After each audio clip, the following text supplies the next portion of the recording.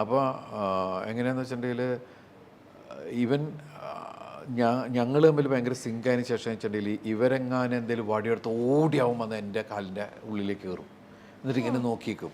അപ്പം ഞാൻ സമ്മതിക്കില്ല, അവൻ ചെയ്യണ്ട എന്നൊക്കെ പറഞ്ഞിട്ട് അങ്ങനെ. അപ്പോൾ അവരിങ്ങനെ വാടക എന്നൊക്കെ പറഞ്ഞിട്ട് വിളിക്കും. ഇല്ല ഇല്ല ഇല്ല, അത് വേണം വിട്ടിട് എന്ന് പറഞ്ഞിട്ട് നമ്മൾ അങ്ങനെ ഭയങ്കര അടുപ്പായി. അപ്പോൾ ഇവനെ പല അടികളിൽ നിന്ന് രക്ഷിച്ചുകൊണ്ട് നമ്മൾ അർജുൻ അന്ന് ഡ്യൂപ്പും ഉണ്ടായിരുന്നു, വേറെ നായ്ക്കുട്ടി ഉണ്ടായിരുന്നു ഡ്യൂപ്പ് ചാടാനും കാരണം അർജുൻ മെയിൻ ഒരു ഇതായതുകൊണ്ട് ഒന്നും സംഭവിക്കാൻ പാടില്ലല്ലോ. അപ്പൊ അങ്ങനെയൊക്കെ ചില സമയത്ത് ജമ്പ് ചെയ്യണൊക്കെ മറ്റേ ഡോഗായിരിക്കും. അപ്പൊ അർജുൻ വലിയ കാരണം വെച്ചാൽ ഭയങ്കര ബ്രില്യൻ്റ് ആണെന്ന് പറയാൻ കാരണം വെച്ചാൽ ഇവന് ഈ റെഡി എന്ന് പറഞ്ഞു കഴിഞ്ഞാൽ ഇവന്റെ ചെവിയൊക്കെ ഇങ്ങനെ അങ്ങോട്ട് ഇതാവും, പിന്നെ ഇങ്ങനെ നെക്കരിക്കും. ആക്ഷൻ എന്ന് പറഞ്ഞാൽ ഓടുകയാണെങ്കിൽ അവൻ്റെ ഓട്ടം. ഇപ്പം ഞങ്ങൾ ഒരുമിച്ച് മറ്റേ ഇതിനെ പിടിക്കാൻ ബിൽഡിങ്ങിൻ്റെ മേളിൽ കയറലൊക്കെ അല്ലേ. അപ്പോൾ ഞാൻ ഇവൻ ഭയങ്കര ഇതാണ്. അതുപോലെ പിന്നെ വെച്ചിട്ടുണ്ടെങ്കിൽ നമ്മൾ ഒരു ദിവസം ഷൂട്ടിങ്ങിന് വേണ്ടി മാറ്റി വെച്ചു. സീക്വൻസ് എന്ന് പറഞ്ഞിട്ടുണ്ടെങ്കിൽ മറ്റേ ഞാനും അർജുനും കൂടി ഒരു ജനലിൻ്റെ അവിടെ കിടന്ന് താഴെ ഭാവനയും മറ്റേ നായും കൂടി വരുന്ന സമയത്ത് നമ്മളിങ്ങനെ നോക്കിയിട്ടുള്ള വിഷയം നടക്കുന്നുണ്ടല്ലോ. അപ്പോൾ ആ സമയത്ത് അപ്പം ഞങ്ങൾ വിചാരിച്ചു ഇന്നത്തെ ഫുൾ ഡേ അതുമാ പോവും എന്ന് വിചാരിച്ചു. അപ്പോൾ ക്യാമറയൊക്കെ വെച്ച് റെഡിയാക്കി അർജുൻ വന്നു, അവന് കൊണ്ടുവന്ന് ഇങ്ങനെ എന്നൊക്കെ പാത്തിർണോ അങ്കേ എന്നൊക്കെ പറഞ്ഞിട്ടൊക്കെ ഇവർ പറഞ്ഞിട്ടൊക്കെ ഇതായി. അത് കഴിഞ്ഞിട്ട് പിന്നെ ടേക്ക് എന്ന് പറഞ്ഞാൽ പിന്നെ ഞങ്ങൾ വരിക വന്ന് ശരിക്കും പറഞ്ഞാൽ ഒറ്റ ടേക്ക് റെഡിയായി. അത് അങ്ങോട്ട് ഇങ്ങോട്ട് തള്ളല് ബഹളം നോക്കല്, അത് ലാസ്റ്റ് അങ്ങോട്ട് ഇങ്ങോട്ട് നോക്കിയിട്ട് ഇങ്ങനെ നിൽക്കുന്നൊരു സാധനം വരെ ഉണ്ട്. അത് അങ്ങനെ തന്നെ സിനിമയിൽ ഉപയോഗിച്ചിട്ടുണ്ട്, ഇന്റർകട്ട് ചെയ്തിട്ടുണ്ടെന്നുള്ളൂ, പക്ഷെ അത് അങ്ങനെ തന്നെ ഉപയോഗിച്ചിട്ടുണ്ട്. 10 മിനിറ്റ് കൊണ്ട് ഷോട്ട് കഴിഞ്ഞു, മനസ്സിലായില്ലേ? പിന്നെ ഷൂട്ടിംഗ് ഇല്ല. അതുപോലെ തന്നെ ഒരു സീക്വൻസ് ആയിരുന്നു. അവിടെ വേറെ ആൾ വന്ന് ആ ഫ്ലാറ്റിൽ കയറുന്നത് അർജുൻ കണ്ടിട്ട് പുസ്തകം വായിച്ചിരിക്കണ എന്നെ ഒന്ന് വിളിക്കുന്നുണ്ട്. അപ്പോൾ ആ സീക്വൻസ് ഇതുപോലെ തന്നെ നമ്മൾ ഹാഫ് ഡേ എന്തായാലും സമയം എടുക്കും, കാരണം വന്ന് എന്നെ ഷർട്ട് പിടിച്ചിട്ടൊക്കെ അല്ലേ. അപ്പോൾ ആ സമയത്ത് ട്രെയിനർ കൊണ്ടുവന്നു കാണിച്ചു, അതിൻ്റെ വായിൽ ഇത് കടിച്ച് ഇതാക്കാനാണ് എന്നൊക്കെ പറഞ്ഞിട്ടൊക്കെ പോയി. അത് കഴിഞ്ഞ് ടേക്ക് കറക്റ്റായിട്ട് ഞാൻ വായിച്ചുകൊണ്ടിരിക്കുന്നു. ഇപ്പം സിനിമയെ കാണുന്ന ഷോട്ടിൽ നേരെ വന്നു പിന്നെ വലിച്ച് പിടിച്ച് നമ്മൾ അന്തം വിട്ടുപോകും.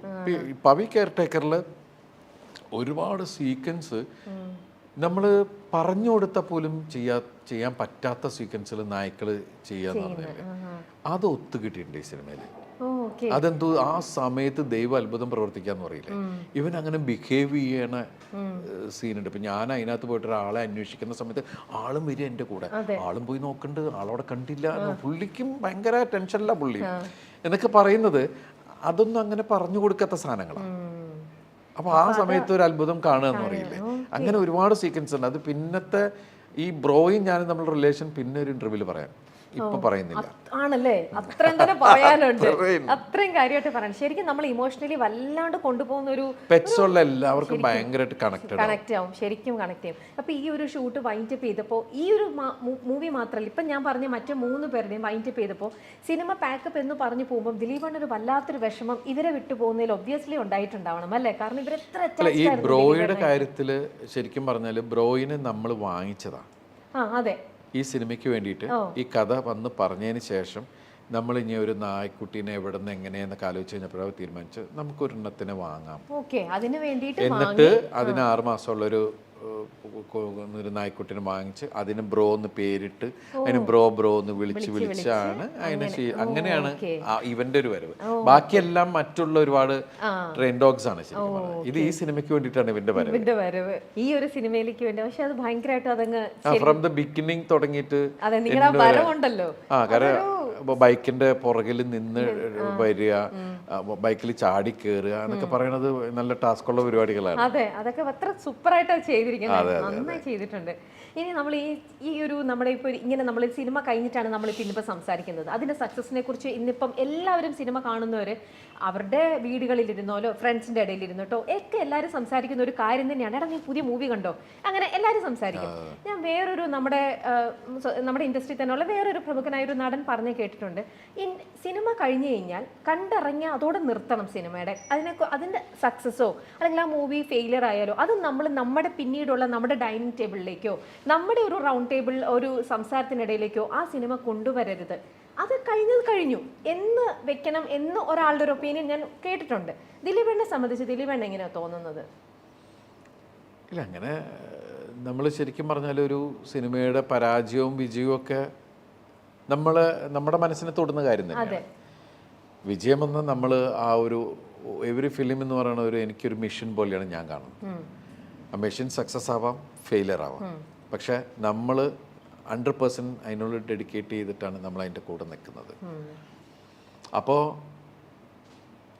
ഫെയിലിയറായ സങ്കടം ഉണ്ടാവും. നമ്മൾ നോക്കിക്കഴിഞ്ഞാൽ ഇപ്പോൾ മലയാള സിനിമ നമ്മൾ ഒരുപാട് കാണുമ്പം ചില സിനിമ കാണുമ്പോൾ നമുക്ക് തോന്നും ഇത് ആ ഒരു ആക്ടർ ചെയ്യുന്നത് തന്നെയായിരിക്കും ചിലപ്പോൾ നല്ലത്. പക്ഷെ എന്നിരുന്നാൽ പോലും ചില സിനിമകളിൽ ആ ആക്ടർ ഇല്ലെങ്കിൽ വേറൊരു ആക്ടർ ചെയ്താലും ആ സിനിമയിലെ ആ ക്യാരക്ടറിന് ഓക്കെ ആയിരിക്കും എന്ന് നമുക്ക് തോന്നാറുണ്ട് ചില സിനിമകളിലെങ്കിലും ഒക്കെ.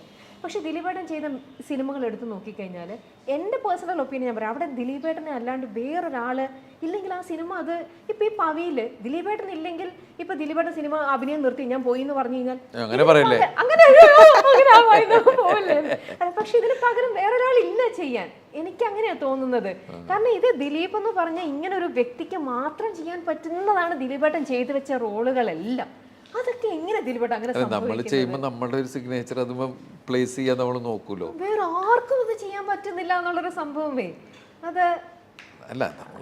നമ്മൾ പറഞ്ഞില്ലേ, നമ്മളിപ്പോ ശ്രമങ്ങൾ ചെയ്തോണ്ടിരിക്കുന്നത്. പിന്നെ എന്നെ ജഡ്ജ് ചെയ്യുന്ന എൻ്റെ ഡയറക്ടേഴ്സ്, ഞാൻ ഒറ്റയ്ക്കല്ല ഇതാവുന്നത്.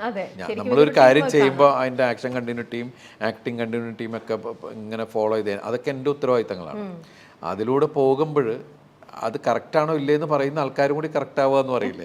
അപ്പോൾ എൻ്റെ മാത്രമല്ല, ഇതിൻ്റെ ഡയറക്ടർ, ഇതിൻ്റെ റൈറ്റർ, ഇതിൻ്റെ ക്യാമറമാൻ എല്ലാവരും ചേരുന്ന വലിയൊരു ടീം വർക്ക് ഉണ്ടല്ലോ. അതിനപ്പുറം ആ ഒരു വിധിച്ചിരിക്കുന്ന ദൈവത്തിൻ്റെ അനുഗ്രഹം നമുക്ക്. പിന്നെ ഞാൻ കഴിഞ്ഞ സിനിമകളിലും നമ്മൾ ഓരോ സിനിമകളിലും കലാകാരൻ എന്നുള്ള രീതിയിൽ പല വഴിക്കും പല രീതിയിലൊക്കെ നമ്മൾ വരാൻ നോക്കും. പക്ഷെ എല്ലായിടത്തും ആ ദിലീപിന്റെ സിഗ്നേച്ചർ ഉണ്ടല്ലോ, അതൊക്കെ സിഗ്നേച്ചർ ക്യാരക്ടർ അതൊക്കെ അങ്ങനെ തന്നെയാണ്. ഇനിയും അതുപോലത്തെ സിഗ്നേച്ചർ ക്യാരക്ടർ ദിലീപേണ്ണെ ചെയ്യാൻ പറ്റട്ടെ. ഞാനൊരു ചെറിയ ഒരു കുറച്ച് നല്ല ബ്യൂട്ടിഫുൾ ആയിട്ടുള്ള ഒരു നിമിഷങ്ങളിലേക്ക് നമുക്ക് പഴയ കുറച്ച് കാര്യങ്ങൾ അയവിറക്കാൻ പറ്റുന്ന കുറച്ച് നല്ല ആ ഒരു സെഗ്മെന്റിലേക്ക് ഞാൻ പോവാണ് കേട്ടോ. അതായത് വേറൊന്നുമല്ല, ഇത് നമുക്ക് ഫേവറേറ്റ്സ് വിത്ത് ദിലീപേട്ടൻ.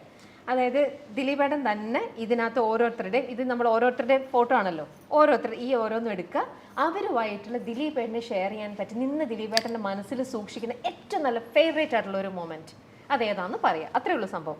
ഓരോന്നും എടുത്തിട്ട് ആരാന്ന് നമ്മുടെ ക്യാമറയിൽ ഒന്ന് കാണിച്ചാൽ മതി. ഓരോന്നും ഇങ്ങനെ പോവാം. ആദ്യം എടുക്കണം ആരുടെ ഫോട്ടോ? ഇന്നസെന്റ് ഏട്ടന്റെ ഫോട്ടോ ആണ് ഫസ്റ്റ്. ഏറ്റവും നല്ല ഫേവറേറ്റ് ആയിട്ടുള്ള മൊമെന്റ് എന്തായിരിക്കും? ഞാൻ അപ്പച്ചെന്നാ വിളിക്കുന്നത്. അത് ശരിക്കും പറഞ്ഞാൽ ഞാൻ അദ്ദേഹത്തെ ഇമിറ്റേറ്റ് ചെയ്താണ് വന്നത് എന്ന് വെച്ചാൽ എന്നെ അറിയപ്പെട്ടത് അദ്ദേഹത്തെ ഇമിറ്റേറ്റ് ചെയ്ത് തന്നെയാണ്. അതിനുശേഷം ഞാൻ അസിസ്റ്റൻ്റായിട്ട് വർക്ക് ചെയ്തിട്ടുണ്ട്, അദ്ദേഹത്തിൻ്റെ കൂടെ അഭിനയിച്ചിട്ടുണ്ട്, മകനായിട്ട് അഭിനയിച്ചിട്ടുണ്ട്. എല്ലാ അർത്ഥത്തിലും പേഴ്സണലിയും എനിക്ക് ഒരുപാട് സപ്പോർട്ട് ചെയ്യുകയും എനിക്കൊരു എന്താ പറയുക ഒരു ഗൈഡ് എന്നൊക്കെ പറയില്ലേ, നമ്മളെ മോട്ടിവേറ്റ് ചെയ്യുക അല്ലെങ്കിൽ നമുക്കൊരു നമ്മളെ മുന്നിലേക്ക് നയിക്കാന്ന് വെച്ചാൽ എനിക്ക് ഭയങ്കര എനർജി ആയിട്ടുള്ള ഒരാളായിരുന്നു.